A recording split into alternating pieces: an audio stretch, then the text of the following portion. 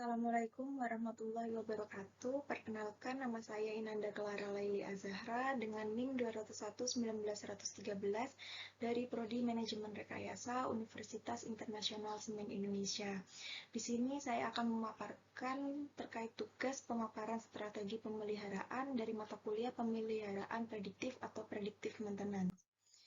Strategi pemeliharaan atau maintenance strategi dapat didefinisikan sebagai aturan keputusan yang menetapkan urutan tindakan yang harus dilakukan berkaitan dengan keadaan operasi sistem manufaktur yang menjadi objeknya, yang bertujuan untuk menemukan titik temu antara biaya pemeliharaan sistem dan risiko atau keuntungan finansial dari sistem.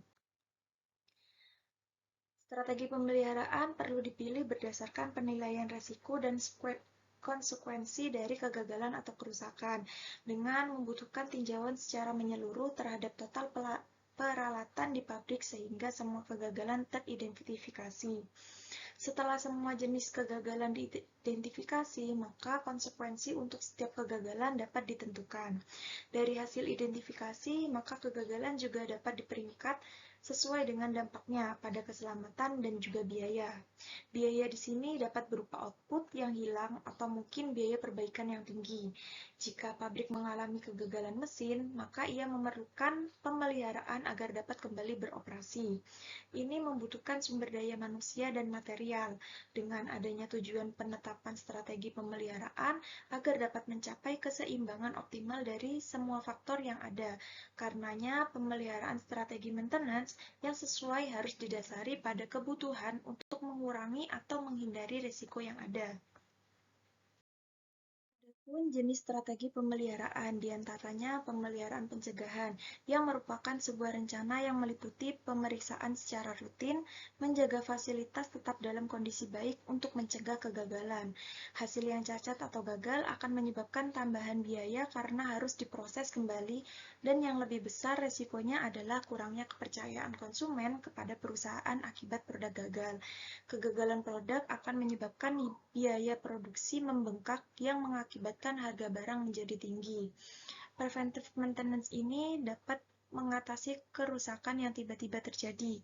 Hal ini dikarenakan preventive maintenance dapat mendeteksi dan menangkap sinyal kapan suatu sistem akan mengalami kerusakan serta menentukan kapan suatu sistem memerlukan servis atau perbaikan. Lalu yang kedua, pemeliharaan kerusakan, yang dimana merupakan pemeliharaan secara langsung yang terjadi ketika peralatan gagal dan harus diperbaiki dalam kondisi darurat atau dengan dasar prioritas. Di sini ada contoh implementasi dari strategi maintenance, yang dimana pabrik memutuskan untuk memilih strategi preventive maintenance untuk mengurangi kegagalan. Lalu mereka mengganti komponen yang aus. Misalnya, jika konveyor dimatikan untuk melakukan preventive maintenance dan menangani hanger bearing, maka bearing akan diganti yang kemudian akan diperiksa untuk menentukan apakah penggantian diperlukan. Pendekatan ini sering diambil karena biaya untuk menghentikan lini dan tenaga yang diperlukan untuk membongkar peralatan untuk diinspeksi lebih besar daripada biaya beberapa hanger bearing. Setelah perbaikan selesai, bearing yang dilepas dapat diperiksa di tempat lain untuk membantu menentukan waktu rata-rata antara kegagalan lebih lanjut, dan dengan demikian mengubah frekuensi tugas jika diperlukan. Frekuensi preventive maintenance ditentukan oleh riwayat tata kerja dan teori. Jika beberapa frekuensi terlewatkan, maka akan menerima kegagalan sementara dan meningkat seiring waktu.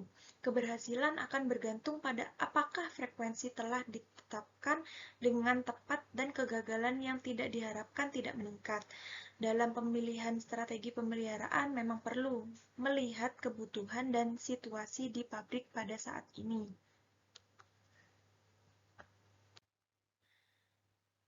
Pemilihan program perawatan akan mempengaruhi kelangsungan produktivitas produksi pabrik.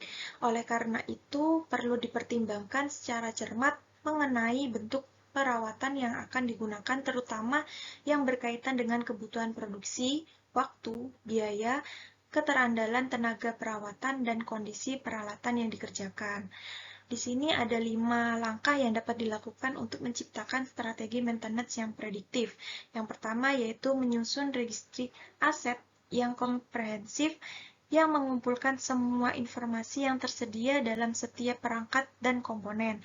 Lalu yang kedua, memahami karakteristik setiap aset termasuk fungsi individualnya, hubungannya dengan aset lain di dalam sistem dan efek-efek yang diberikan jika aset gagal berfungsi.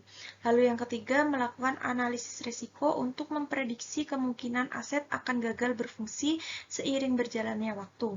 Yang keempat, menentukan tool dan teknik pengukuran yang paling tepat untuk memprediksi kinerja dan kegagalan aset menggunakan perangkat-perangkat industrial Internet of Things. Lalu yang kelima, memprioritaskan aktivitas-aktivitas aset manajemen dan menugaskan staf yang ada di tempat di mana risiko-risiko kegagalan dan kesempatan-kesempatan untuk perbaikan terbuka lebar. Ya, mungkin sekian pemaparan yang dapat saya sampaikan. Terima kasih. Wassalamualaikum warahmatullahi wabarakatuh.